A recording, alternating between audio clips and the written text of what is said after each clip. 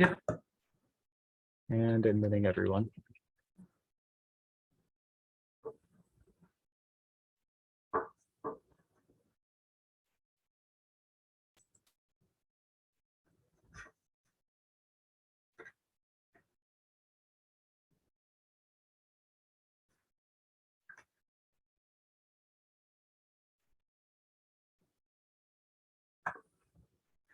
All right, John, why don't you put the first slide up and I'll read it. You are invited to participate in our transportation planning process, regardless of your race, color, national origin, including limited English proficiency, religion, creed, gender, ancestry, ethnicity, disability, age, sex, sexual orientation, gender identity or expression, veteran status or background. You can read the full notice of your rights and protections at www.boston.org/MPO_non-discrimination. All participants will join the meeting with muted microphones. Please rename yourself to include your first name, last name, and affiliation if you have one. After roll call, board members may mute and unmute themselves. Always remain muted unless actively speaking. To participate in the discussion, please select the raise hand function. Find this by clicking either on the participants button at the bottom of the screen, and a window will pop up the raise hand button at the bottom, or the reactions button in the toolbar. The chair will then call on participants. If you're on the phone, you can use *9 to raise your hand. If you have any technical difficulties, please contact Betsy Harvey via the chat box or at harvey@ctps.org or at 857-702-3701. This meeting is accessible to people with disabilities. Zoom products are compliant, with exceptions, with the following standards: Web Content Accessibility Guidelines 2.1 Level AA standards and revised Section 508 standards. If you require any additional accommodations in order to participate fully in this meeting, please contact Betsy Harvey of the MPO staff at harvey@ctps.org or 857-702-3701. Call the roll, please. Okay, Mass DOT Chair. This is David Muller, Representative Secretary. I think right now it's Jamie Tesler, about to be Sheriff in DACA. Thank you. Mass DOT C2. John Bashad, representing Highway Administrator Jonathan Gulliver, present. Thank you. Mass DOT Highway Division. Not seeing John Romano. Okay. MBTA.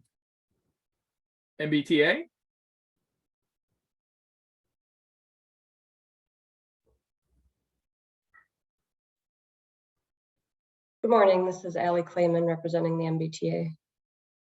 Thank you. Massachusetts Port Authority. Hi, this is Sarah Lee from Massport.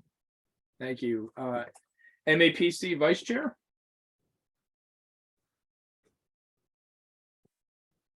Good morning. This is Eric Barassa with the Metropolitan Area Planning Council. Thank you. MBTA Advisory Board. It's a drag. Morning, Brian Kane, MBTA Advisory Board, and it's. I didn't realize that an investigative reporter was our next secretary, Mr. Chair. That's great to hear. Did I say Cheryl instead of Gina? Thank you, Brian. I'm sorry. I'm about to represent Gina and DACA here. We've all made that mistake. Thank you, Brian, for letting me correct that. Thank you. Regional Transportation Advisory Council. Leonard Diggins, representing the Advisory Council here. Thank you. Thank you. City of Boston BTD. Bill Conroy, representing Mayor Wu in the city of Boston. Thank you. City of Boston BPDA.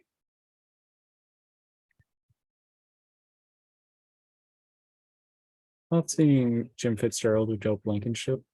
Okay, thank you. Jim Fitzgerald is actually just coming in now. Okay, I'll come back to him. Okay. At large City of Everett. Jay Monty, representing Mayor Di Maria in the city of Everett. Thank you. At-large City of Newton. Good morning, David Kozis representing Mayor Fuller in the city of Newton. Thank you. At-large Town of Arlington.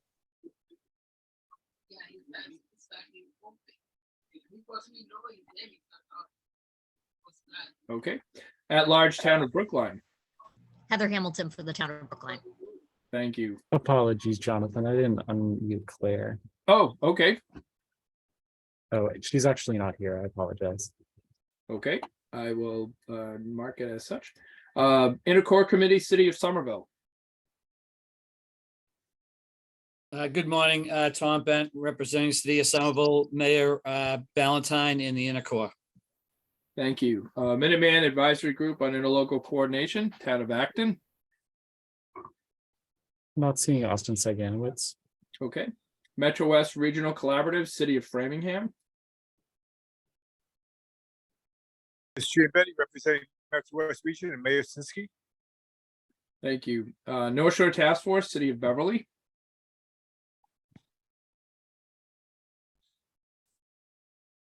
Not seeing Melissa Tentopoulos. Oh, No, it should be Darlene. Darlene Wynn, excuse me. I apologize. Darlene Wynn, representing the North Shore Task Force in the city of Beverly.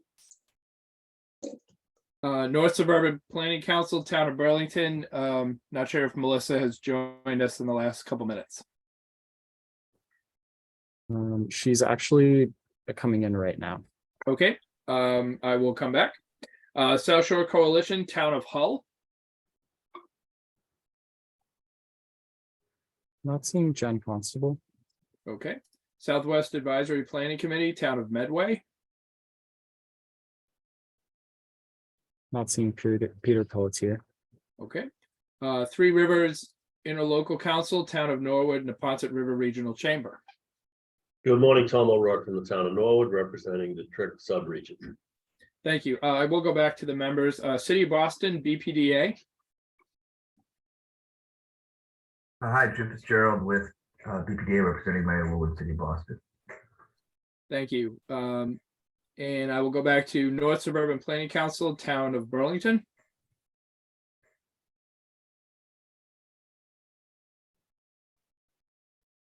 Here, Melissa, North Suburban. Thank you. And over to our ex officio members, Federal Highway Administration. Good morning, Ken Miller, Federal Highway. Thank you. And Federal Transit Administration. And that calls the roll, Mr. Chair. Thank you, John. Next item on the agenda is the chair's report. I do not have one today, so we'll go directly to Tegan's report. Tegan? Thanks, Mr. Chair. Welcome, everybody, and Happy New Year. As we start off this new year, if we could go to the next slide, please. I'd like to welcome officially 2 new staff members in our MPO activities group, the group that's most focused on engaging with you as the board. And they joined us just over the last several weeks. One of them I've mentioned, I think one of them I may not have, but I wanted to have them say a very quick hello so that you can see their face and hear their voice. First, we have Sam Taylor. He is our new performance-based planning and programming manager, and he joined us a little earlier in December. He came to us having completed a Master of Urban Planning and Policy at Northeastern University. And at the time, he was also a writer research co-op at OPMI, which is the MBTA's Office of Performance Management and Innovation. And prior to grad school, he had some experience working in Baltimore County in Maryland for the Department of Health and a county executive. So Sam, if you could briefly unmute and say hello to the board and those at this meeting, that would be great. Hi, everybody. It's great to be here. Seeing some of you again from the ANF meeting this morning. But yeah, thank you, Tegan, for the introduction. Sam, welcome. And I'd also like to welcome Erin McGuire. She was also at our ANF committee meeting this morning, but she just started with us.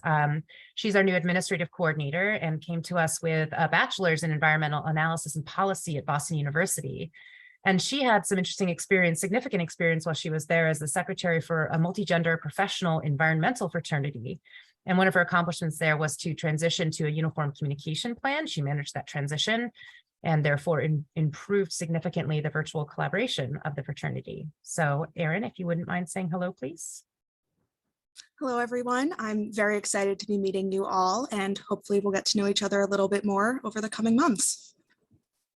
Thanks, Erin. I'm sure you will see both of them quite a bit in the coming months. So welcome, Sam and Erin, and then we'll move on to our next item, are some updates. So first of all, I wanted to come back to the federal certification report. I had mentioned that we'd received a draft, and in late December, we did receive the final 22 federal certification review report and the certification letter for the Boston Region MPO. So we have been certified pending, subject to the resolution of one corrective action, which is updating the MPO's organizational structure MOU, specifically to add the process for sharing information on how the annual list of obligated projects is developed. We will need to do that by September 30th. So we will need to do some work in the coming 9 months or so. But I do want to highlight for all of you that we will be sharing the report soon after this meeting, and we will have our federal partners coming soon to a board meeting to present the contents of the report. And there are many excellent observations. There are some commendations and recommendations that are included well beyond the single corrective action that I highly recommend that you read the report. So we will send that information out soon. And then also updates on our Destination 2050, our long-range plan that we expect to be adopted this year. Unfortunately, due to staff illness, the guided workshop that we had scheduled for this afternoon to talk about the MPO's investment programs had to be canceled, and we are rescheduling it for January 19th. So we hope you can join us at that new time, and we will remind you and send more information on that. And the details are already on the calendar page, and you can go there for updates as well. And then just the ongoing work sorry, if you can go back one slide. Just wanted to remind folks that with the long range plan that we are still working on refining the vision, goals, and objectives that we talked about at the last meeting. So if you have any feedback that has come to you since then that you'd like to share with staff, please do contact Michelle Scott at mscott@ctps.org. And then the next slide, please. All right, we have a couple of engagement highlights. First, we want to remind you that we'll be hosting the quarterly Intercore Committee Transportation Group meeting on January 11th. That's next week at 9 a.m.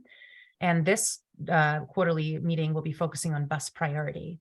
So as always, when we have sub-regional meetings, we ask that board members, particularly who represent those sub-regions, attend and participate if you can, and spread the word if you can as well. And you can contact Stella Jordan, our Public Engagement Program Manager, if you have questions or need more information at askjordan@ctps.org. And then as a reminder, the next two items on the slide are that we have 2 surveys out right now, and the links will be provided in the chat. The first one is to gain feedback from residents to help shape the next long-range plan, and the other is to collect ideas for our next UPWP for discrete transportation studies. On the second one, just a reminder, anybody can submit an idea. If you have an idea and you're not sure quite how to translate it into something to submit to the UPWP, there is a guide that is linked to in the survey that you can use to help you through that process, or you can always, of course, contact staff. So we ask you to help us share both of these surveys with your networks. If you'd like some help developing copy to do that, please feel free to contact Megan O'Connor at m'Oconnor@ctps.org. And in particular, that long-range plan Destination 2050 survey, we're really hoping to increase participation from the subregions beyond the inner core. So again, if those of you representing those subregions can help us spread the word, we would really appreciate it. It's closing now on January 20th. So with that, I can turn it over to today's agenda items. We have a slightly shorter than usual meeting today, and we'll really be focused on action items, and there are 4. The first is to approve the travel time reliability performance targets. And then we will have 3 work scopes that staff will present to you that we will ask you to ask questions if you have them, and then hopefully approve us moving forward with those work scopes. Next slide. Just as a reminder, the next MPO meeting is scheduled for January 19th at 10 a.m. It will be preceded by an A&F committee meeting. And again, now it will be followed by the Destination 2050 workshop that I mentioned earlier. We will also have a number of votes to endorse amendments and adjustments to the TIP and potentially a new amendment. So please be ready to attend and participate in those votes. We will also likely be presenting to you a vote to release for public review the MPO's Title VI Triennial Report, as well as a few presentations. And with that, Mr. Chair, I'm happy to stop here and answer any questions if there are any. Thank you, Tegan. Any questions for Tegan? Seeing and hearing none. Next item on the agenda is public comments. Is there anyone from the public who would like to make a comment at this time? Seeing none, if you'd like to comment during the meeting, please raise your hand and we will call on you. Committee chairs reports, are there any? I know there was an A&F committee, Brian. Thank you, Mr. Chair. Yes, just to update the MPO board, the A&F committee met this morning to continue our work on the operations plan. We are continuing to make progress. Our next meeting will be before the MPO meeting on the 19th. However, that will not be an operations plan discussion. We plan to continue to do our normal quarterly budgetary oversight work as well. But we'll get back to the operations plan following that. And of course, all are welcome to participate and attend. Thank you. Thank you, Brian. Any questions for Brian? Seeing none, are there any other committee chairs reports at this time? Next up, Regional Transportation Advisory Council report. Leonard Diggins.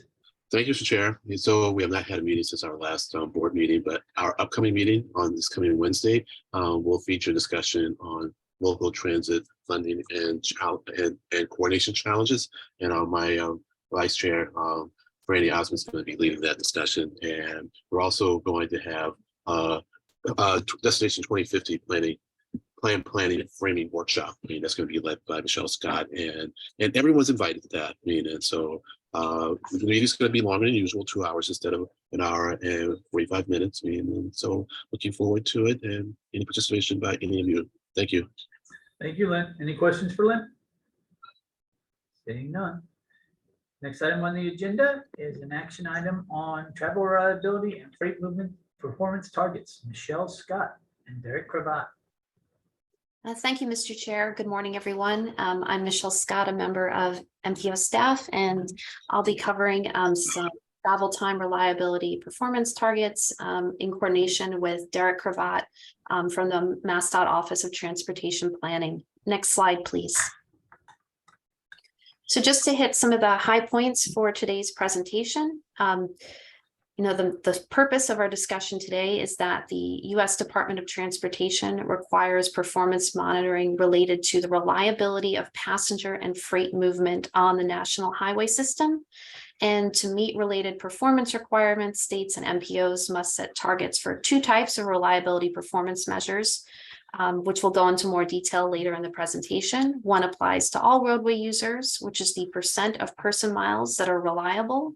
And the other applies to truck traffic, which is the truck travel time reliability index. Next slide, please. So we're going to go through these measures and a set of proposed targets for the next federal performance period, which extends between 2022 and 2025. And our requested action for you today is to vote to support the MassDOT's travel time reliability targets. Basically, what support means in this context is that we will report MassDOT's targets in our MPO planning documents, including the performance reports we include in the TIP and the long-range transportation plan that we'll be releasing later this summer. And then, through that vote to support the targets, we'll, continue to work collaboratively with MassDOT to plan and program projects to achieve these reliability targets. Next slide, please. So before going into the target specifically, I'd just like to set a little bit of context. This slide highlights the set of federally required performance targets, both in terms of highway measures and transit-related measures that we need to work through as an MPO.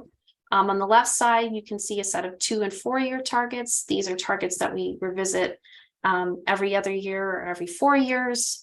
We've accomplished 2 of these already.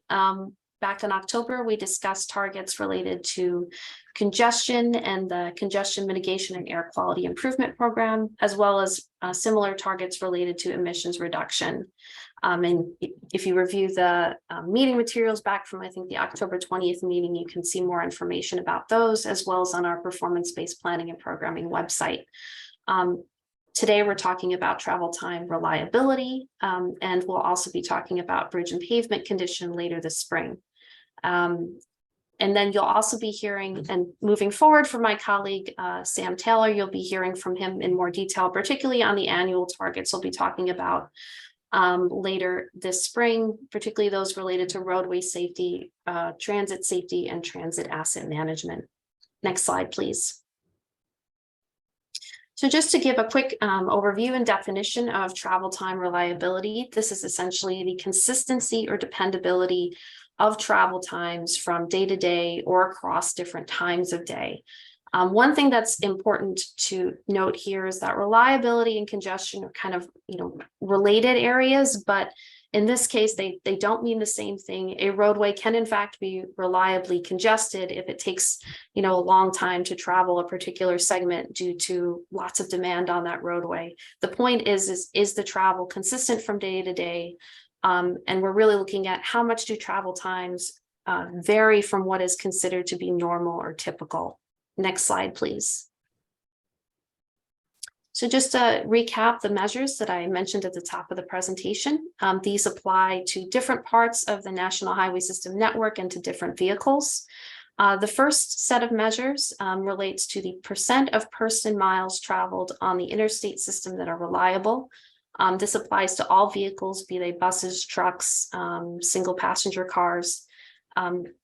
And we look at this measure both for the interstate and for the non-interstate network. And I'll talk a little bit more about the National Highway System network and its features later in the presentation. Important thing to remember is that these are values that we want to see increase over time. And increase reflects conditions getting better, that larger share of the person miles on these networks are reliable, and that travel is consistent from day to day. In terms of freight reliability, we're using a truck travel time reliability index value. This is specific to truck traffic on the interstates. And this is a value that we want to seek decrease. And we'll talk, as we talk a little bit more about the definition of that measure, you can see some of the reasons behind that. Next slide, please. So just to talk about in more general terms about the federally required target setting process that we follow. And this varies a little bit from measure to measure, but in this case, the process starts with USDOT establishing measures for parts of the transportation system. In this case, for travel time reliability, states such as Mass DOT will set a statewide target for this measure. And then after receiving information about that statewide target, MPOs have the opportunity within 180 days to either support that statewide target. And as I mentioned earlier, reflecting those targets in planning documents and working with the state to achieve them, or to set separate targets for the MPO areas. Setting a separate target doesn't mean that states and MPOs don't have to coordinate. They absolutely do. There's certain additional reporting considerations that get factored in when MPOs take that approach. One thing also to recognize is that there are no penalties or rewards specific to MPOs for achieving or not achieving these performance targets when we look at actual outcomes. At the state level, there, depending on the progress that's been made towards the targets, there may be some limits on flexibility that is imposed on certain types of federal funding. But again, aren't direct consequences experienced at the MPO level. Really what happens for us is that when we have our certification review, as Tegan referenced in her executive director's report, federal agencies look to see how we're incorporating performance-based planning and programming principles into our overall MPO decision-making processes. Next slide, please. So just to highlight some of the factors that can influence travel time reliability, which again is variability of travel times from day to day. These can range from things like severe weather, which can be disruptive to travel, increased travel demand on particular roadways, signal timing and the effectiveness of that timing, construction or incidents happening on the roadways. These can all lead to disruptions that make travel times unpredictable. Next slide, please. So I just want to highlight a particular factor that, as you'll see when we talk about the values that we're seeing for these performance measures, is kind of had a big influence over the past several years, is of course the onset of the COVID-19 pandemic and the public and private sector responses that have affected travel demand, travel different times of day. And so this particular screenshot comes from MassDOT's mobility dashboard.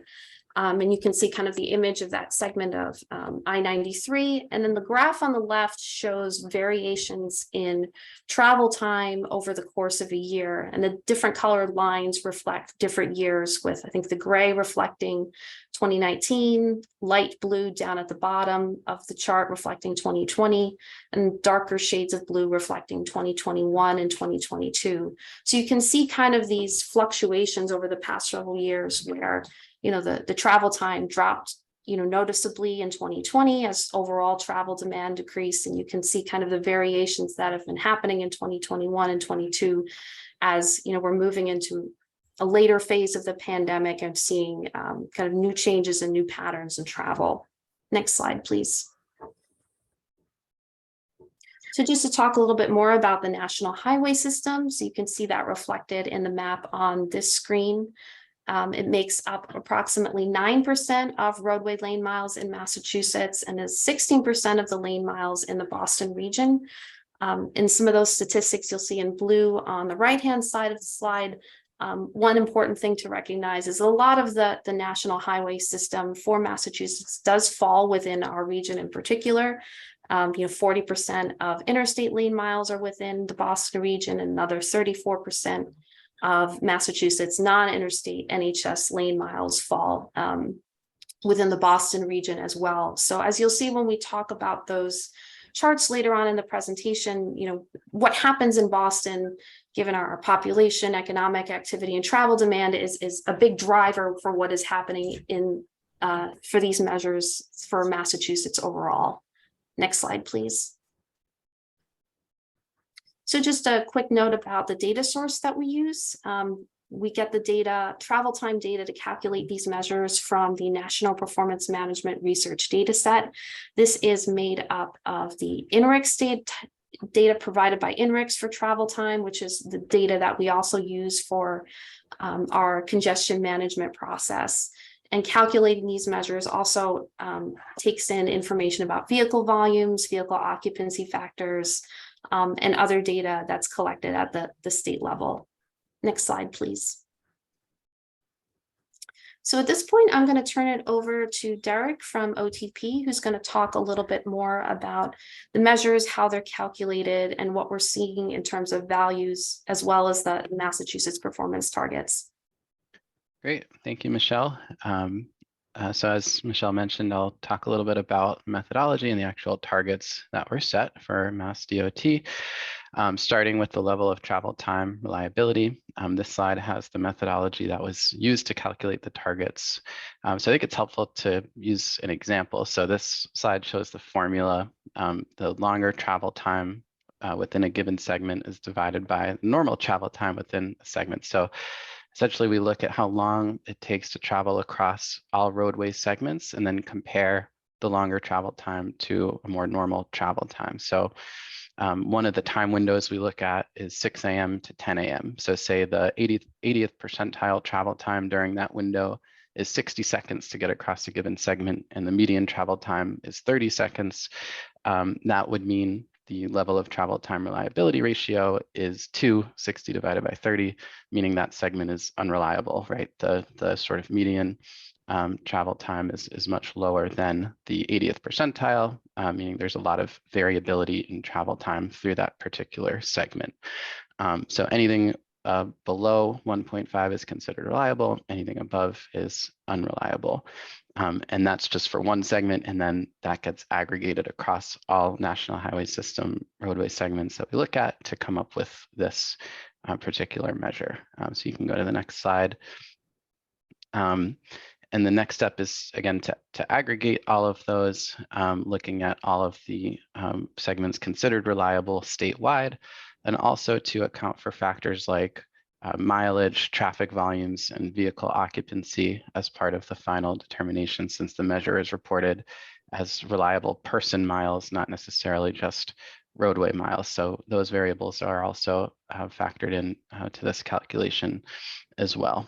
So the final statistic that gets reported, which we'll be showing in just a slide or two, is the actual reliable person miles using the calculation previously divided by the total person miles. using some of those network specific factors. And that's the measure that gets reported to Federal Highway. So you can go to the next slide. So as Michelle mentioned, this gets reported at both the interstate and non-interstate level. The next slide has prior data for what this looks like on the interstate level. The blue line there is how reliability looks statewide, and the green line shows data specific to the Boston region. The first year we collected data on this was in 2017 after the regulations were passed on this topic. And you can see between 2017 and 2019, we were seeing some slight decreases in reliability, both at the regional level and statewide. As Michelle mentioned, I think what happens in the Boston region really dictates the trends statewide, just given the size of the region and how much roadway mileage there is. And then, of course, in 2020, with the COVID-19 pandemic and significantly fewer vehicle miles traveled and cars on the road, we saw a spike in reliability, indicating that roadways were, of course, much more predictable and travel times were more reliable. During that time, with the return to traffic around 2021, we're starting to see that come down a bit. So, of course, the data for the Boston region is much lower. I think there's generally more factors that reduce reliability in the region compared to statewide, but you can see the change over time is very similar to what happens statewide. You can go to the next slide. So from here, as to set the targets, we use the prior data to project out trend lines showing various scenarios, all of which are showing kind of decreases in reliability because of the fact that all of the change that we see in historical data is showing decreased reliability, of course, with the exception of 2020, which was a bit of an anomaly and not factored in for the purposes of this exercise, just given how unusual that year was as far as travel time goes. So you can see, all three projected trend lines showing decreases. Some are more optimistic than others, with 74.6% being a more optimistic scenario and 61.3% being a slightly lower scenario, all just calculated based on varying levels of kind of change over time based on what we were seeing in the historical data. You can go to the next slide.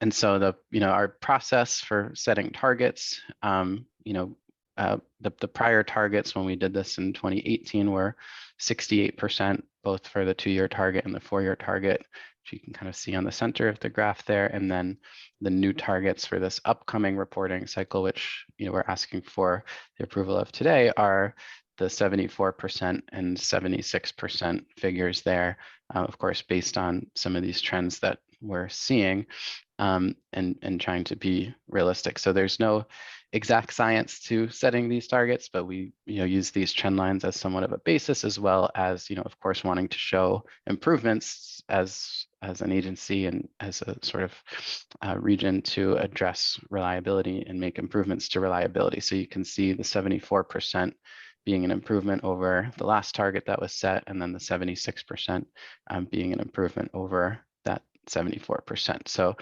I think with all of this, there's a sort of line to walk with being realistic about what's achievable and with, what the tools in our control, as well as trying to show some degree of improvement over time to set that goal of improving reliability. So those were the targets that were set for interstate travel time reliability. You can go to the next slide. The next measure area is non-interstate national highway system travel time reliability. So you can go to the next slide. Similar to what we did for the interstates, produce similar graphs. This shows an increase in non-interstate reliability kind of between 2018 and 2019. I think slightly different from what we were seeing for the interstates. I think non-interstate roadways are not often as used for maybe commuting as much as interstates are, and the travel time may be spread out across different periods of the day, but slight increases pre-pandemic, and then of course subject to the same trends during 2020, and then dropping slightly. So similar, but a little bit of a different direction. You can go to the next slide. So like the interstate reliability measure, we projected out various trend lines for the non-interstate measure. The trend lines go in multiple directions here, and a lot more were created just because, first of all, there was some change in methodology, I think, for this one between 2017 and 2019 on the NPM RDS, which made us kind of, from a data integrity standpoint, just wanting to be a little more cautious with this particular measure going forward. And also that the year-to-date 2022 number that we're seeing, at the time we set this, I think the latest available data we had was from July 2022.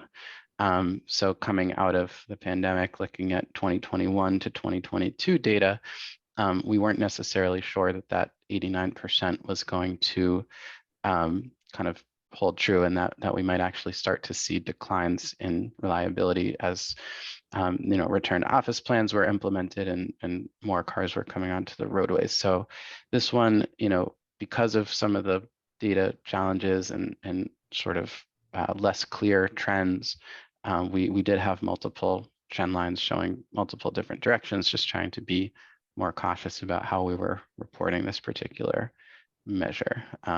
So you can go to the next slide. And as a result, again, just showing these targets here, trying to get the target kind of, again, walking that line between what we thought was achievable given trend line and also showing an increase over the last target that was set of 80%. So the 2-year target of 85%, kind of below some of that projection, but again, showing some improvement, and we still have to see how data shakes out for the full year 2022 to get a true sense of where the trend line's going. But then the 87% for the 4-year target just being an improvement over the 2-year target. And we do have the opportunity to reassess. I think there's a 2-year performance period report that we do in another 2 years from now. And at that point, we can have a better sense of how data looks coming out of the pandemic and potentially change that 4-year target. But for now, this is based on the best information we had at the time. This is the set of targets that was set. So you can go to the next slide. So next measure area here is the freight reliability measure, or truck travel time reliability. So like Michelle mentioned, this one is reported as a sort of different unit rather than showing the percentage of roadway miles that are reliable. In the regulations, this one was written as just reporting the pure index as the performance measure. So we compare the 95th percentile travel time just of trucks, freight trucks, and then the 50th percentile travel time for trucks across just interstate roadway segments for this one. So the 95th percentile is more aggressive than the 80th percentile, which is used in the other reliability measures, just because of the sort of implications of trucks being on time and setting a more aggressive threshold for that relative to other vehicles. So again, just using an example, if the 80th percentile of travel time is 60, but the 95th percentile is say 80, and the median travel time is still 30, the value of the index would be 2.6, 80 divided by 30, meaning that there's no specific threshold like the other reliability measures indicating reliability, but 2.6 taking more than twice as long to get through that segment, of course, one can infer not quite reliable. So that's how the measure is calculated. You can go to the next slide. So when looking at this index, we don't see too much of a pattern using the historical data. Again, statewide data shown in blue and green data for the Boston region sort of above that. Again, the direction of this is all flipped. We want to see this going down because of the index indicating the level of variability in travel time. So there wasn't too much of a trend between 2017 and 2019. Data was, kind of up and down, of course, decreasing during COVID pandemic, and then increasing again with return to the roads. So you can go to the next slide. So again, just based on some of the trends we were seeing, the projections are relatively flat, although again, just being cautious, showing slight increases as we are still learning what the sort of returning traffic patterns look like, and wanting to be a little conservative as this first year coming out of the pandemic, projecting trend lines that show a sort of slight decrease in reliability, increase in the index.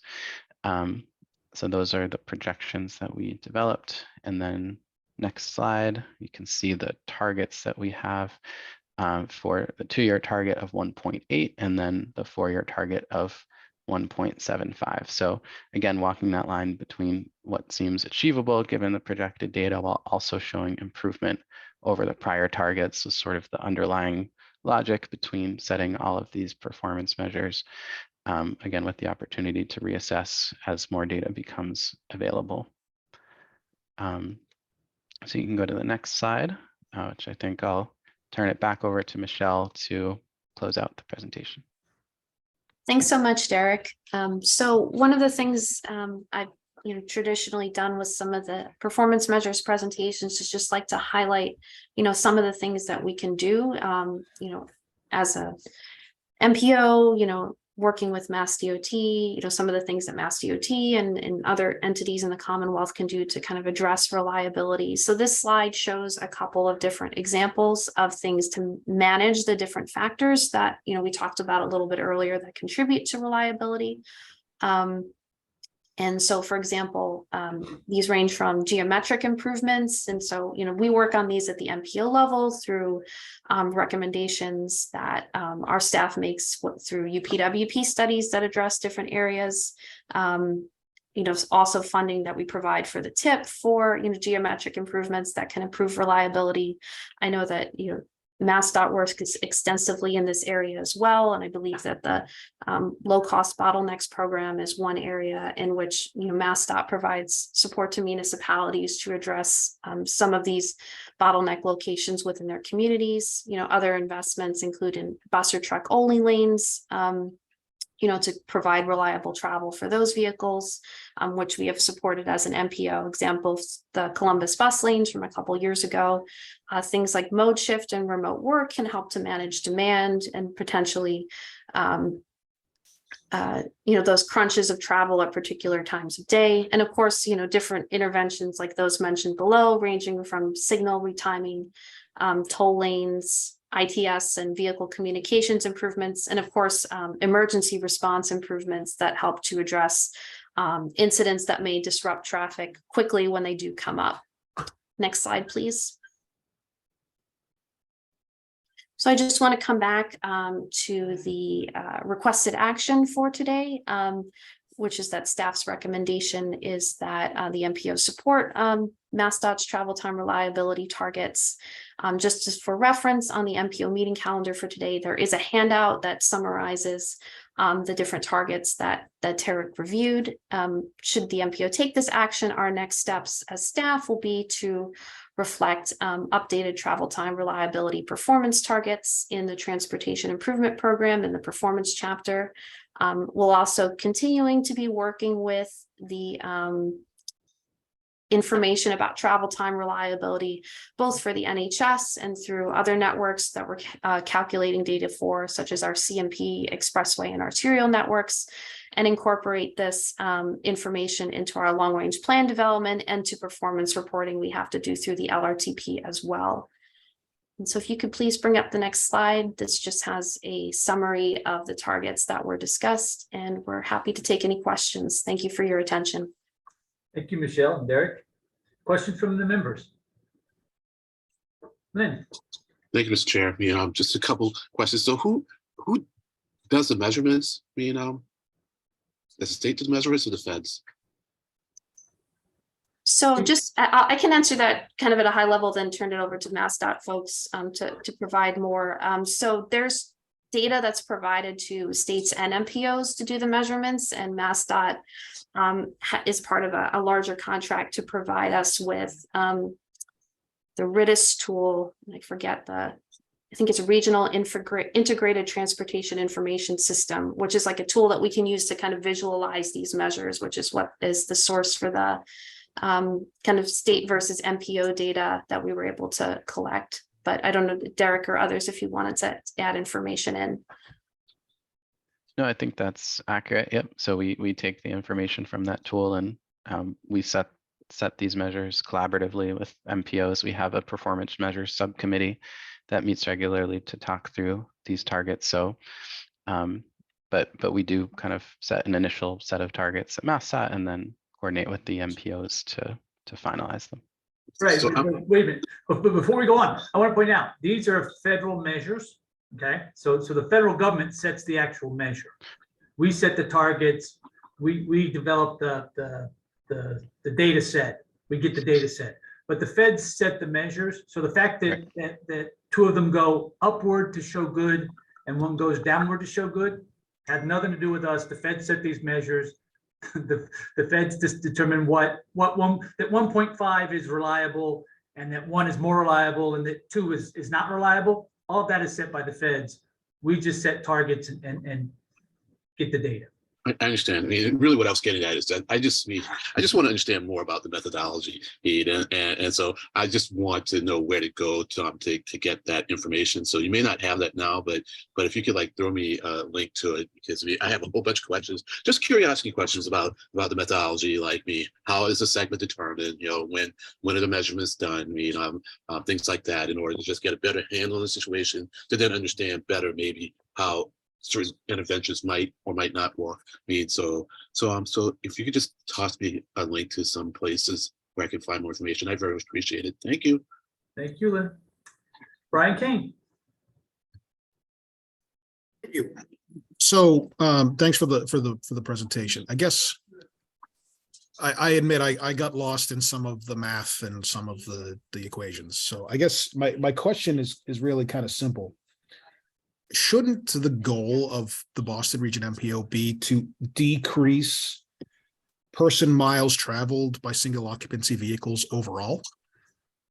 Because we saw in 2020 when that happened that all of the measures that we want to go in different directions went those ways.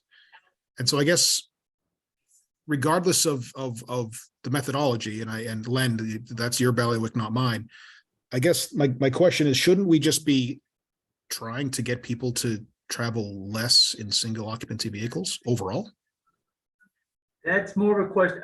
I'll answer this one. I think that's more of a question for the development of the long range transportation plan than for these target settings, right? I mean, yeah, that's a policy discussion that yes, the MPO should have frequently, but I don't know right? I don't know that it's tied to these targets, right? Michelle made her thing at the end, right? Sure. There's lots of ways to address reliability. One of which is people could take fewer trips, right?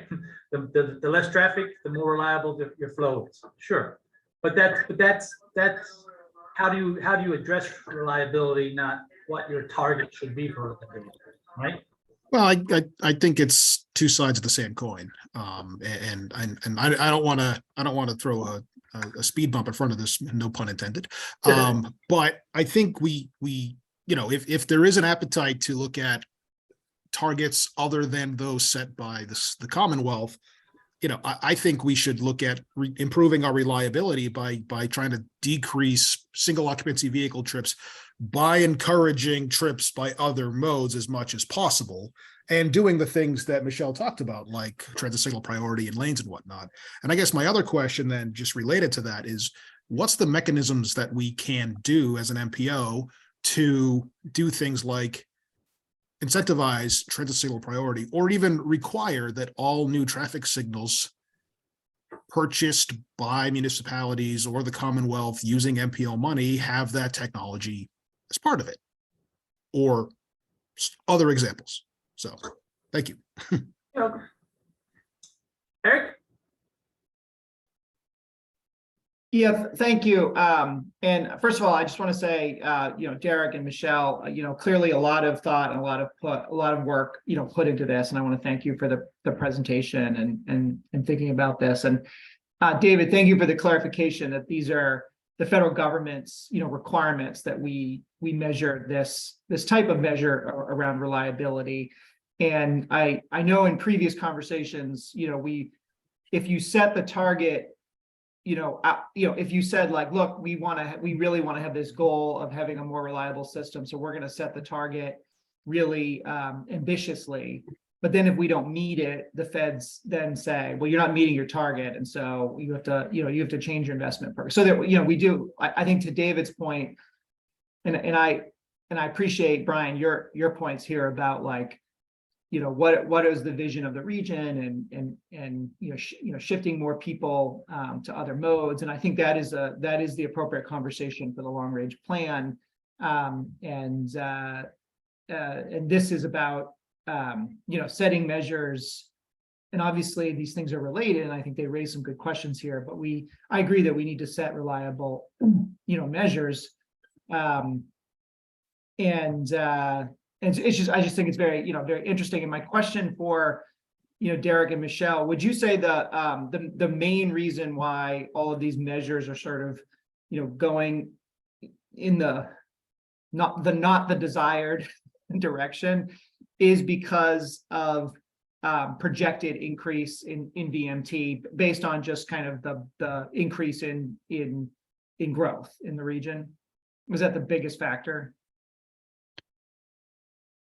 I would say that given the past trends, so the targets and the projections were set based on all the historical trends that we were seeing. And I think that the most compelling thing I can think of is due to the growth of the region and congestion and just all of the things associated with that. So I think that's kind of our leading kind of justification for it. But I don't know, Michelle or others, if folks have anything else to add. So yes, Eric, traffic is back, right?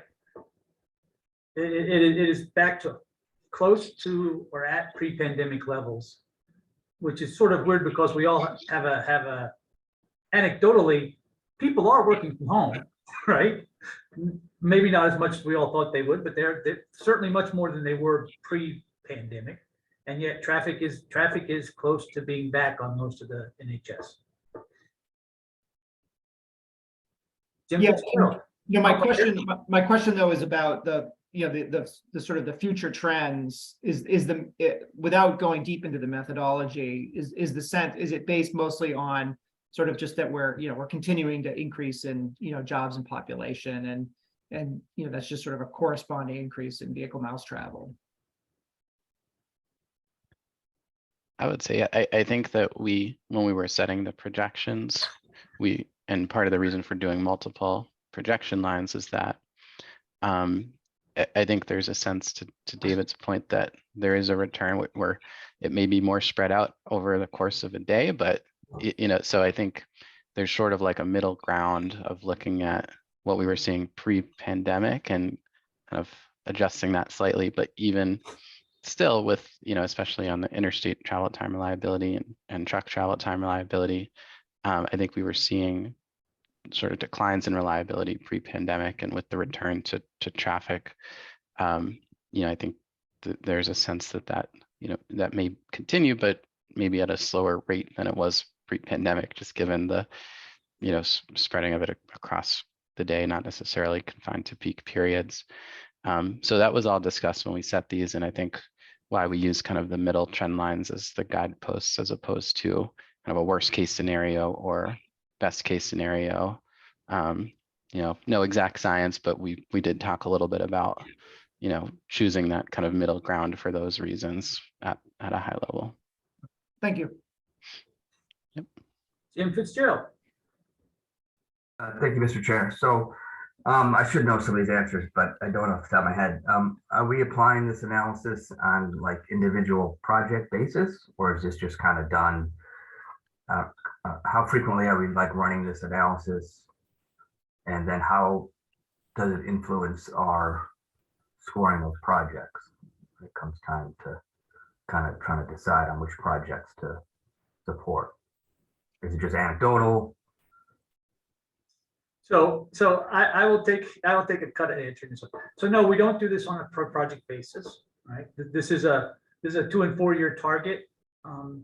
The TIP and the long range plan should reflect our targets to the point Brian was making earlier. if we want to set a more aggressive target, then the tip and the plan should do something to achieve that more aggressive target. The MPO should be reviewing the target, should be checking to see, are we making progress? And if not, theoretically, we might want to adjust our project selection, right? But no, we do not get down to the level of measuring each individual project to see what it would do for travel time reliability. Gotcha. So in a lot of that, sorry. I was just going to add one thing we do as part of tip scoring, and it's not evaluating a project's, what a project would do to improve it, but we do kind of check to see kind of if a project falls on an unreliable roadway segment. That's part of our tip capacity management scoring. And again, that's just kind of, we can use that RITIS tool I referenced earlier to kind of see what reliability patterns look like on the particular roadway segment the project is on. Again, that's more, is this project in a trouble spot rather than what is the project going to do to address it? Thank you, Michelle. Jim? I think that answers my questions. And maybe I think if you're sharing more of the methodology, as Len requested, I could take a look at that. So thank you. Certainly. Other questions or comments? Steve Olenoff.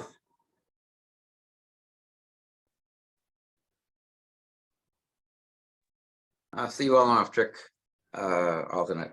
So all these calculations are based upon a comparison to the normal. So, but how is that normal calculated? What is the normal? Which, by the way, is a question you can ask about everything nowadays. But I think if it's okay, David, I think you might be referring to the calculation and the actual travel times, which I think the term normal was used on the slide to indicate just the 50th percentile travel time. So that's the median travel, the amount of time it takes to get across a particular roadway segment. So to kind of start with the measures, we look at travel times across different roadway segments. So between 6 a.m. and 10 a.m., what's the median travel time and what's the 80th percentile travel time? So like the normal travel time would be, it's defined as the median, sort of the median amount of time it takes to travel through that segment between a particular window of time. It's definitely a little technical. Does that change over time also? I mean, is that like a moving target? So it's, yeah, I believe it's measured. I know it's at different times of day. I think we look at it throughout the course of a whole year. So like when So it changes from year to year. Yes. So yes, this is a measure of reliability, not trip length, trip time, or congestion. So yes, as my traffic gets worse, the fact that my traffic gets worse, as long as my traffic is reliably worse. So yeah, the normal changes, and then therefore the fact that my trip now takes me an hour and a half instead of an hour and 15, as long as my trip is reliably an hour and a half, I'm still, reliable. So, okay. so yes. Thanks. Brian? Thank you. So I'm going to vote no on this, and I fully expect to be by myself, but that's okay. I think we haven't even taken a motion. You could make a motion to set a different target if you want. Well, come on. I just want to encourage my colleagues here. I think we need to get a little more aggressive, and if we're going to try to make changes on how people travel in the region by doing the things we all say we want them to do, to be more climate friendly, to be safer. I mean, pedestrian accidents and bike accidents are way up in the last few years. I think we just need to do whatever we can to reduce single occupancy vehicle miles traveled. And I think this is a place to start doing it. And I agree, it's more of a discussion for the LRTP. I absolutely get it. But I think we got to start somewhere.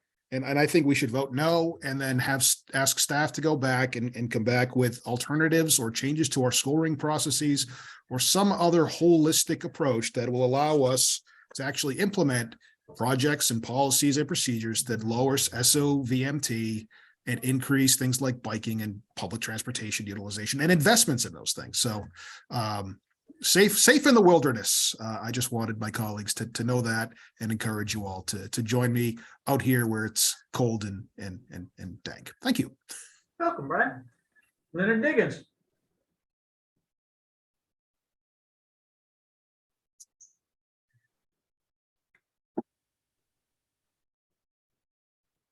You're still muted, Lynn. We're waiting. Yeah, sorry about that, Max. I Oh, wait, accidentally we can moved my wait. screen. Sorry. So I was going to say, I did want to say something, but I see Michelle has her hand up and maybe she was going to respond to Brian. So I'd like to. No, Lynn, I will manage the meeting. Go Okay, ahead. I'm sorry. All right. No I will call disrespect, Michelle sir. afterwards. I'm sorry. Normally, sometimes the questions or things I'm going to say or not. Anyways, well, so I was going to ask your guidance on this, Mr. Chair. So before this gets out of hand, is it okay to make a motion at this point? Well, okay, so now let's wait and see what Michelle has to say because Okay. you proved your point, Lynn. Hold Okay, on. no problem. Michelle? I just had a quick clarifying point in talking about the person miles that are reliable. So when we talk about all vehicles, it's not just SOVs, there's actually transit vehicles kind of baked into that measure as well. So, there's what information we have about traffic volumes, and then, we apply occupancy factors that reflect, the estimated number of passengers in each vehicle. So I just wanted to clarify that the person miles that are reliable, it isn't exclusive to SOV vehicles. It's all vehicle types that are using the NHS. Yeah, but Brian's overall point still stands. If you reduce single occupancy vehicle travel, then per person reliability goes up both for the single occupancy vehicles who are still traveling because traffic is, well, I'm not even sure reliability goes up, but congestion goes down and people's trip times go down and so, yeah, okay. I'm talking in circles. Derek? I also just wanted to provide a point of clarification in that there is a separate measure, a federally required measure for non-SOV travel, and it's by the urbanized area specific to Boston. I believe that measure was already adopted. The goal was to increase non-SOV travel, so travel by modes other than single occupancy vehicles, which is in line with what I think Brian is saying, that there should be a goal articulated, and there is, on the record, a goal stating that we should be decreasing SOV travel as part of this federal process. This is a separate measure area in travel time reliability. So I just wanted to also add that as sort of a clarification. Thank you, Derek. Eric Barassa. Thank you, Derek. I was going to ask that question if there were other measures that got at this issue. Do you know when that has to be updated? So, Michelle, I think it was adopted as, right? This was presented. Yeah, that was a measure that we presented in October. There's information on the performance-based planning and programming webpage, and I can put a link to that in a chat in a second, but also on the October 20th meeting calendar page as well, kind of showing that, there were increases in this, gradual increases in that measure over time, increases in non-SOV travel, which we measure by journey to work data from the ACS, and then saw even more significant increases during the time frame in the early stages of the pandemic. So we set kind of targets accordingly that this is going to continue to increase over time, and that we would continue to support movement in that trajectory. Do we update these targets annually or how often is that? I believe they're 2 and 4 year targets. So I think the next check-in point for those would be in October or like the summer, fall of 2024. Yeah, I mean, I feel like, first of all, I feel like this measure, I don't know, I think this is an interesting measure for stimulating discussion. There's something about this measure that just doesn't feel right, that it's not answering, like, it's the fact that the system could be reliably congested, and like, I don't know, it just seems, I get what probably policy folks in Congress were thinking, that like, you want to have people want a reliable transportation system, so they know that it's going to take me an hour get where I need to go reliably, even if it's congested. I feel like in these days with travel planning apps, like you now know, you know pretty much what what it's going to be like. You wake up in the morning, you can look at that. This measure just seems kind of overly academic. I would be interested if we really want to kind of dig into this more as part of the long range plan, think about, what we're doing, sort of moving in that direction of reducing SOV travel and how we're thinking about the sort of the update to the measure in a few years. Those are my thoughts. Thank you, Eric. Ken Miller.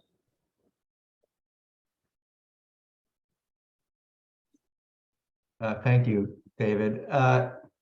I think this discussion has been very interesting, and I think good in that I think the whole point of these performance measures is to make sure MPOs and states are making conscious decisions about the kinds of strategies they want to employ and what it means. But I think we also need to be careful about overthinking these particular performance measures, in that one, they only apply to the interstate and the national highway system. It's not every road, and that's a minority of roads, but it is where a lot of travel is. And as Michelle points out, it's not single occupancy cars, it's trucks, it's transit vehicles, it's rideshare companies, by the way, who are a great contributory to increased congestion, and then they ride around empty a lot and do a lot of travel. And I think you also need to be careful about assuming that strategies that you employ to increase non-single occupancy travel will have a positive effect on these performance measures. For example, if I put in a bus lane on a road and I take away a lane of traffic, guess what? I'm probably not taking more people off the road than I am increasing congestion on that particular road and reducing reliability. The other thing so you need to be very careful about making assumptions regarding the strategy and the effect on these targets. That doesn't mean that instituting a bus lane is not a good thing. I'm just saying it might not have the desired effect on this particular performance measure. And I should also point out the MPO, correct me if I'm wrong, Michelle, you have an MPO can adopt whatever performance measures it wants to, in addition to these required performance measures that the federal government is requiring. And I know you do that as part of your transportation plan process and TIP process and that kind of thing. So there may be some other performance measures that this MPO thinks are more explanatory, whether it's delay or whatever it is, mode share or things like that may be more helpful to the MPO in making decisions about strategies, and nothing here precludes the MPO from doing that work. Thank you. Thank you, Ken. Lynn, do you have a question or you want to make a motion? Well, I mean, I'll actually, and I'll have a question and then maybe make a motion. So the whole point, what we're asking is that we will adopt the same targets as the state, and apparently we started doing that back in 2018. What was the rationale for us adopting the state targets? And if we are to have our own targets, what would be the cost of doing it, especially with respect to staff time? So I think with a lot of the targets that we talk about at the MPO, the solutions and to Ken's point, we try different things, not everything may have a direct impact on the measures we're talking about as we hoped, but kind of there's a collaborative environment that we're working in with Mass DOT in addressing some of these issues, not just travel time reliability, but safety, non-SOV travel, and kind of supporting their targets, reflects that ongoing collaborative relationship that extends from what policies, we're equipped to support, what policies they're equipped to support, roadway jurisdiction, all things like that. So, the supporting is really kind of grounded in that collaborative relationship.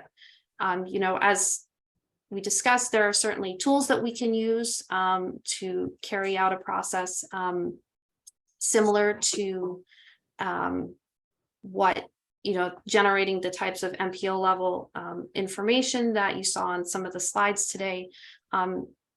It is staff time that would be needed to kind of work through an additional process with board members to talk about, what kind of projections you would want to see, and how you might want to set targets accordingly. And again, I do think, and I defer, of course, to the chair and then my managers here, but if you would want to invest that time into this particular area, or would want to look at other measures more closely to capture the goals of interest to the MPO. Thank you.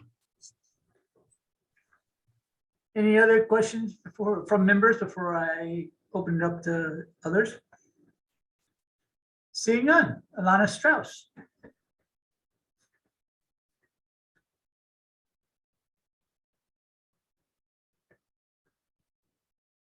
I think you're unmuted.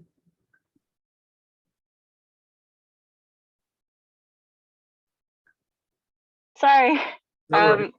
I was just curious how induced demand kind of fits into some of these measures, just like using the example of, say, turning a lane into a bus lane. Like, it is my understanding that that would decrease kind of people on the roads if you kind of take into induced demand, but obviously you'd have to find a way to measure that. I don't know if that would fit in here at all, or if it's part of other measures. So just curious. Michelle, you want to answer that one? That's a good question. I appreciate you asking it. It's again, we coming back to kind of the factors. Demand can be a contributing factor. So, it's possible that some of depending on how travel patterns adjust to the introduction of some of these interventions, it could be that over time, should induced demand occur, that the benefits of implementing that strategy could be lessened. Of course, in the case of bus and truck lanes, it's kind of prioritizing vehicles that are carrying a lot of passengers. So we would, one of the potentially inherent limitations of this measure is it kind of rolls up all of the impacts occurring to different groups of travelers, be they SOV passengers versus transit riders. But one of the things we could certainly do at the MPO level, to the extent that data allows, is look at how impacts are kind of accruing to different types of users of the transportation system. Brian Kane. Thanks. And I just want to clarify, I didn't mean to derail this, again, no pun intended, discussion. I'm perfectly happy if everybody just votes yes, let's adopt these targets. It's fine. I'm going to still vote no. And that's, I've explained why, but I think, we've talked about this for a lot. And again, I didn't mean to derail the thing. So if someone wants to make a motion, I'm not going to make a motion and vote no, but please don't feel like you all have to join me. Right, but just for the record, Brian, I don't think you derailed anything here. I mean, this is, if anything, we have too few discussions like this, right? From my own perspective, right? This is a policy discussion. This is a policy board. We should talk this one to death until we're ready to vote. Ally? Thanks, Mr. Chair. Yeah, I guess just in terms of voting yes or no, given the discussion that's gone on, it's not clear to me that voting yes and adopting these targets would make it more difficult or hinder the MPO's ability to do projects, fund projects that help us reach other goals, like reducing SOV travel. But I don't know if I may be missing something that Brian is thinking about, or others. Right, so I will try to answer, and then Brian, since you did start this discussion, if I say something that you feel need to clarify or disagree with, please jump in. So from my perspective, Ally, I don't think voting on these targets one way or the other has an impact on project selection or what the MPO wants to do ultimately by choosing the projects that will whatever our policy is related to SOV travel. There is, however, an issue of if the MPO is committed to lowering SOV travel, then the MPO should possibly have its own targets related to those issues. Now, I do have a question as to whether this reliability measure is the place to make that distinction, right? Possibly we should have had this discussion back in October, I guess. But you know, I think the point here is at some point the MPO might want to distinguish itself based on what the MPO's policies are from what the state's targets are, which are basically trend targets, right? What is the trend? What does the future hold? Not, oh my God, what if we took all these interventions? What would the future be? I think. Steve Olenoff. Oh, Brian, you want to say something? Just to agree, and yes, this is probably more symbolic than anything else, but I do think it's important that we be internally consistent in our actions and in our sayings. Right. I would just as the chair who has to manage this, I would say if we all decide to be symbolic today and vote this down, we still have to adopt something. Okay. So if Brian has convinced us all that we should vote no here, when we vote no, somebody has to come up with a different measure relatively soon because we have to adopt these. These are required. The feds require us to do this. Okay. So that's just that's not to say don't vote no. Oh God, please don't vote no. If we vote no, we do have to figure out what is next because we do have to adopt something. Steve Olenoff. Yeah, just a quick comment. So I think these measures are a fun thing for statisticians and mathematicians, but their real value to the MPO and to others is kind of doubtful. So I think we should just look to other measures for things that we want to adopt, and you should just pass this now and not worry about it. Thanks, Steve. Jim Fitzgerald. Thank you, Mr. Chair. So that's kind of why I was asking the question that I asked, which is, you know, the fact that we're not applying these on an individual project basis. And as Ken said, you know, I think we can make our own decisions on what are important factors for deciding on projects and investments. Because I think, and this would get more into the nuances of how these, the methodology is factored, but you know, I just had in my head, which I think was what Brian had in his head of, like, are we with these targets, are we unduly deprioritizing a project that might take a general purpose lane and swap it into a bus only lane? And so then that gets into, well, exactly how are the vehicle occupancy rates calculated here? How are the bus, you know, person travel times calculated, which I don't think we need to get into, and maybe that the methodology isn't that refined. And I think, you know, just so long as we're not letting it unduly overly influencing our decision making when it comes time to deciding on big projects and priorities and things like that, I think I'm satisfied is what I'm rambling and trying to say. So Thank you, Jim. So can I get a motion in a second to adopt these targets as presented today? Lynn Diggins. I will make the motion to adopt the targets as presented today. Thank you. Jim Fitzgerald. Oh, you took your hand out. I'll second it. Sorry, but yes, I'm sorry. I was still up from before, but yes, I will second that. Thank you, Jim. Motion has been made and seconded. Please call the roll. David Muller, Yes. John Bouchard, John Bouchard, yes. John Romano, who has attended, John Romano, yes. Ally Clayman, Ally Clayman, yes. Sarah Lee, Sarah Lee, yes. Eric Barassa, Eric Barassa, yes. Brian Kane, Brian Kane, no. Leonard Diggins, Leonard Diggins, yes. Bill Conroy, I'll just interject. Bill had to step away. So okay. All right, Jim Fitzgerald, Jim Fitzgerald, yes. Jay Monty, Jay Monty, yes. David Kozis, David Kozis, yes. Heather Hamilton, Heather Hamilton, no. Tom Bent, Tom Bent, yes. Dennis Giambetti, Dennis Giambetti, yes. Darlene Nguyen, Darlene Nguyen, yes. Melissa Tentakis, Melissa Tintopoulos, yes. Peter Pelletier, who's arrived a little late. It doesn't look like Peter is in the room anymore. Oh, okay. And Tom O'Rourke.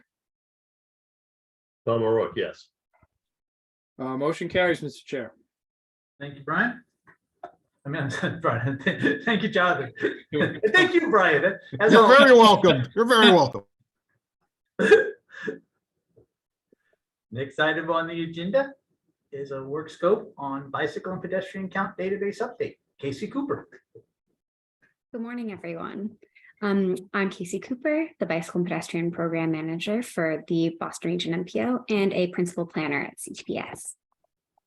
Today, I will be providing a brief overview of the scope of work for the Bicycle and Pedestrian Count Database Update Project. The Boston Region's Bicycle and Pedestrian Count Database stores count information about people walking and bicycling in the Boston region, with its oldest information dating back to 1974 and its newest data reflecting conditions in 2022. The current application was implemented in 2009 and needs updating to improve ease of access to the data for a wider audience. MPO staff also intend to evaluate the region's current bicycle and pedestrian data collection practices through this project. MPO staff will begin the application update by assessing needs and requirements. This process will include a review of the current application and a survey of the public to learn which existing components are valued by users and identify capabilities that the public would like to see included in the updated application.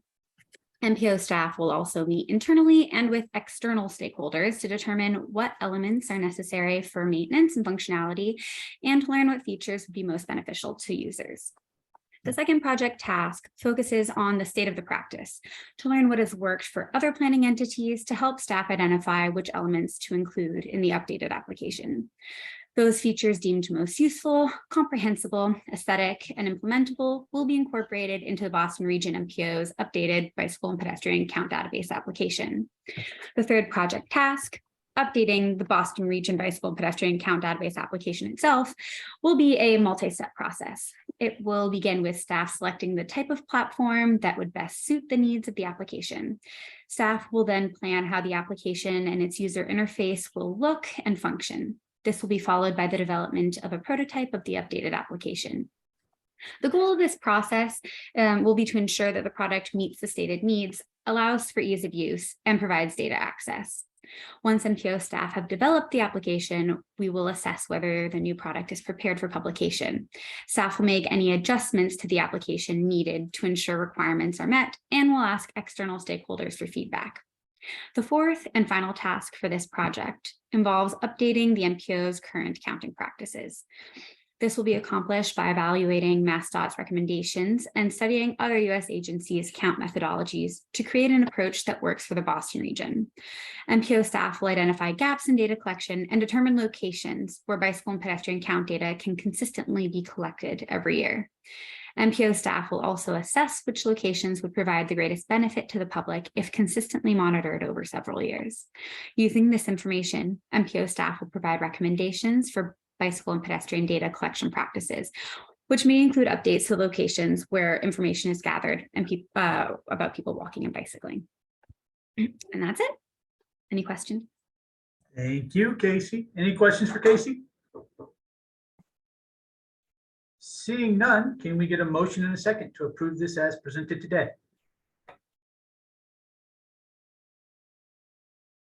Brian Kane. So moved, Mr. Chair. Leonard Diggins. I'll second that. Thank you. Please call the roll. Motion has been made and seconded. David Muller, Yes. John Bouchard, John Bouchard, yes. John Romano, John Romano, yes. Ellie Clayman, Ellie Clayman, yes. Sarah Lee, Sarah Lee, yes.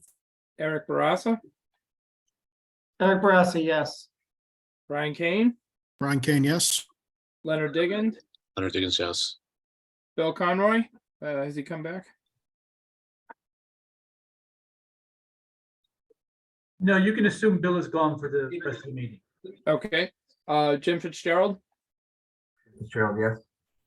Jay Monty, Jay Monty, yes. David Kozis, David Kozis, yes. Heather Hamilton, Heather Hamilton, yes. Tom Bent, Tom Bent, yes. Dennis Giambetti, Dennis Betty, yes. Darlene Wynn, Darlene Wynn, yes. Melissa Tantakis, Melissa Tantakis, yes. and Tom O'Rourke. Tom O'Rourke, yes. Motion carries, Mr. Chair. Thank you, Jonathan. Next item on the agenda, and thank you, Casey. Next item on the agenda is the work scope for MBTA account program support FFY 2023. Roger Roy. Thank you, Mr. Chair. Hello, everyone. My name is Roger Roy. I supervise the field data collection staff at CTPS, and I'm here to present a work scope for the MBTA count program support for federal fiscal year 2023.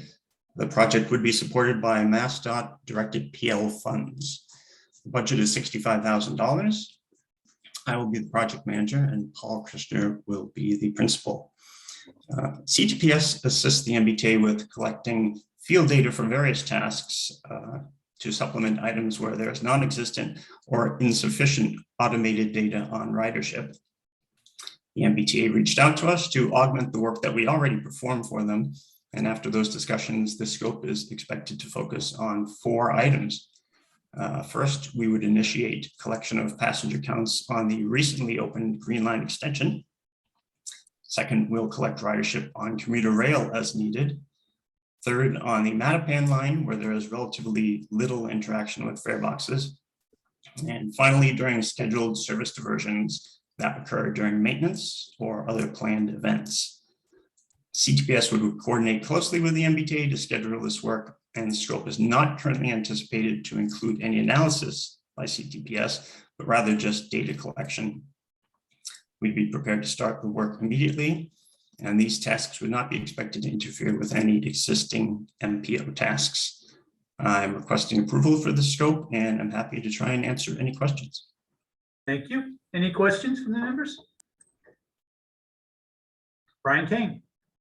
All right, don't worry. I never worry, Brian. Go ahead. Roger, thank you. Is there any use of ODX information used in these calculations? We won't be performing any, we're not planning on performing any calculations. We're just going to be having people out in the field collecting data manually.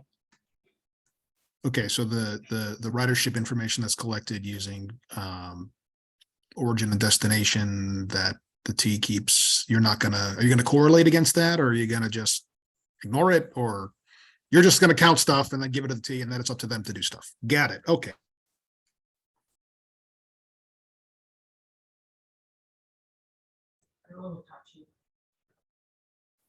Any other questions? Seeing none, can I get a motion in a second to adopt this as presented today? Ali Kleiman. Yes, I'll make a motion to adopt this work scope. Thank you. Leonard Diggins. I second the motion. Thank Leonard you. Diggins. Motion has been made and seconded. Please call the roll. David Muller, Yes. John Bouchard, John Bouchard, yes. John Romano, John Romano, yes. Ally Clayman, Ally Clayman, yes. Sarah Lee, Sarah Lee, yes.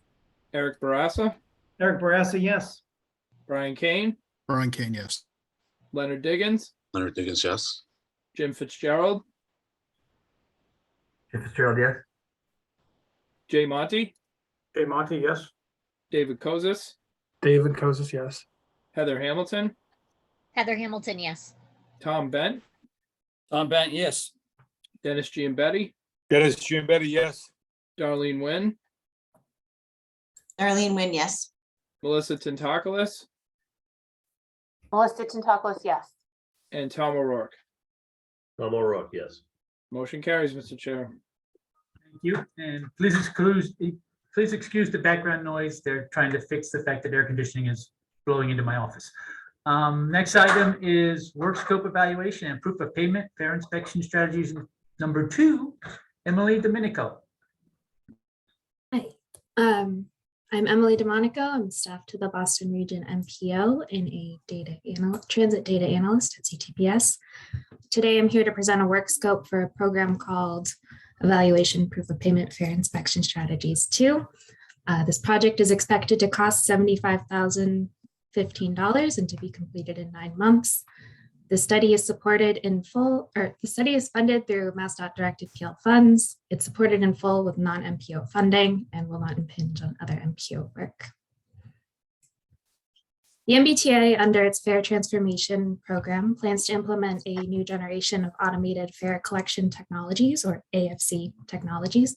As part of the new AFC system, the MBTA will implement a proof of payment system that allows riders to board at any door on surface and light rail vehicles and buses, including doors that are not staffed by an operator. The MBTA will employ teams of fare inspectors who will randomly validate that riders have paid the proper fare. If a rider cannot show proof of payment, the fare inspector may issue a warning or a citation. The fare inspection program should be reasonably equitable while still producing a sufficient deterrent effect. Previously in 2020, CTPS developed a program to analyze and evaluate different fare inspection strategies in a work program called Evaluation Proof of Payment Fare Inspection Strategies for AFC 2.0. The MBTA requests that CTPS perform an update to the prior analysis of alternative fare inspection routing strategies to determine the most efficient and equitable strategy for deployment and to inform staffing level decisions and hours of inspection.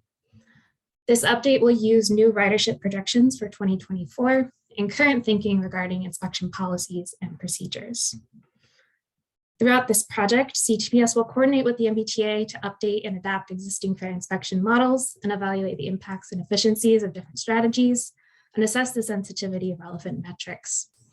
In task 1, CTPS will coordinate with the MBTA to determine the appropriate updates to the fare inspection analysis and inputs so that the study outputs reflect anticipated conditions and provide useful results.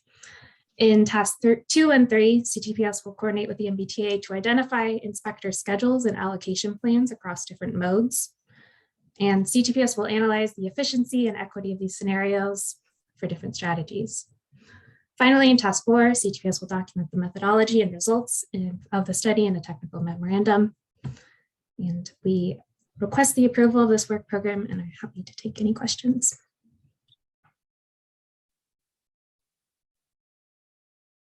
Thank you, Emily. Questions from the members? Sarah Lee. Hi, thanks for taking my question. Hopefully 2 quick questions for you. One, years and years and years ago when this issue was raised about the proof of payment fare inspection, there was some discussion from MBTA staff at that time that obviously has turned over since, but some sort of acknowledgement that there's a lot of bus routes that feed into rail lines that people then are paying for the rail service. So just wondering if this analysis is going to dive into that, like for example, feeder system into Forest Hills, there's a large number of buses on Washington Street and Hyde Park Ave where a large number of people transfer to the Orange Line of Forest Hills. Is there any sort of detailed analysis that will kind of acknowledge the fact that most people are going to be paying for rapid transit anyways, and then the fare collection system may not be as necessary, or the fare enforcement may not be as necessary on those routes? And then more so for wearing my Massport hat, wondering if we can be engaged in conversations about fare enforcement and what that will look like coming from the airport, where Massport currently pays for free service on the Silver Line. We were engaged in discussions with the T about what that would look like, but haven't heard from folks probably in about a year. So, our goals are definitely to make sure that transit is a easy option for folks, and that folks won't get stopped without some sort of proof of payment. Right now, they can just board the bus, which is definitely our goal. So anyways, just wanted to throw those 2 kind of ideas and questions out.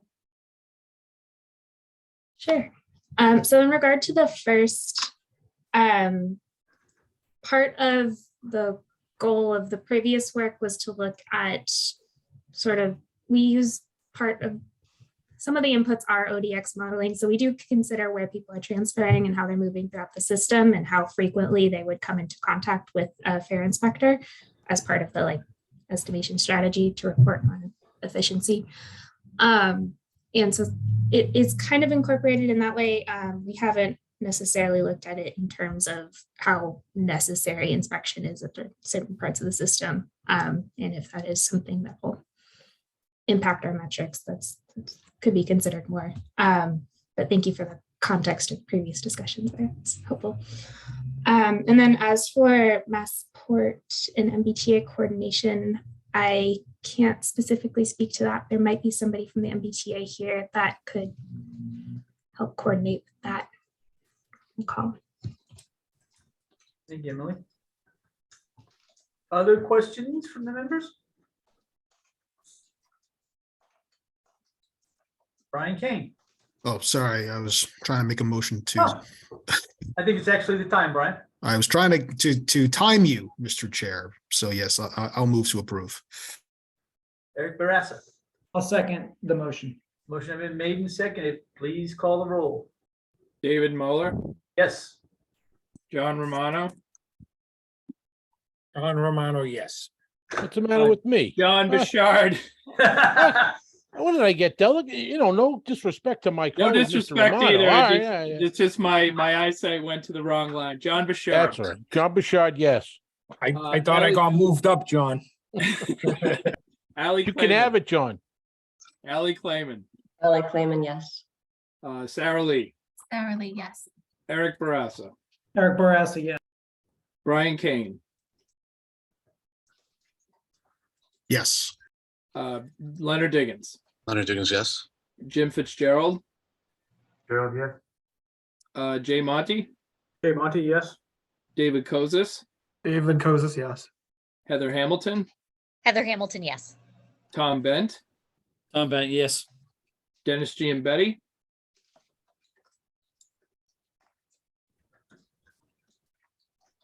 Did we lose Dennis? It looks like Dennis stepped up. Okay. Darlene Wynn. Darlene Wynn, yes. Melissa Tentaklis Melissa Tentaklis, yes. and Tom O'Rourke. Tom O'Rourke, yes. And did Dennis possibly come back? Looks like no. Motion carries, Mr. Chair. Thank you, Jonathan. Next item are member announcements. Are there any? Lynn Diggins. God bless you. Yeah.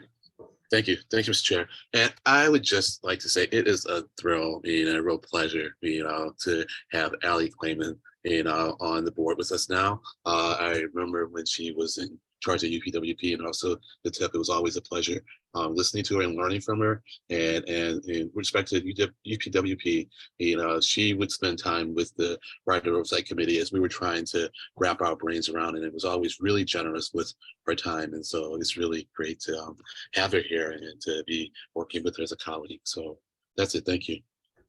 Thank you, Lynn. Brian King.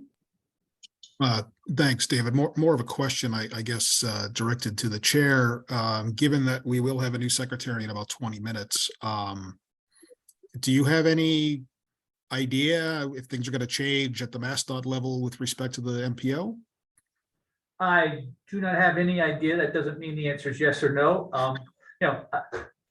The secretary has been, we've had a meeting, so but we haven't had any detailed discussions about anything that would happen at the MPO one way or the other. So no. Thank you. You're welcome. Others? Seeing none, can I get, Tom, you're making a motion to adjourn, or you have something you want to say? No, I just want to clarify. I know at the beginning of the meeting, Tegan said that I believe the 12 o'clock investment meeting has been canceled and moved to the 19th. I just wanted to confirm that. Tegan, can you confirm? Yes, there's no meeting workshop following this at noon. It will be rescheduled. Great, thank you. Thank you, Tom. I'll make a motion to adjourn while I'm here. Thank you. Is there a second? I'll second that motion. Motion has been made and seconded. Without objection, we are adjourned. Thank you all very much. I'll see you at the next meeting. I think it's 2 weeks from now. Thank you. Thank you.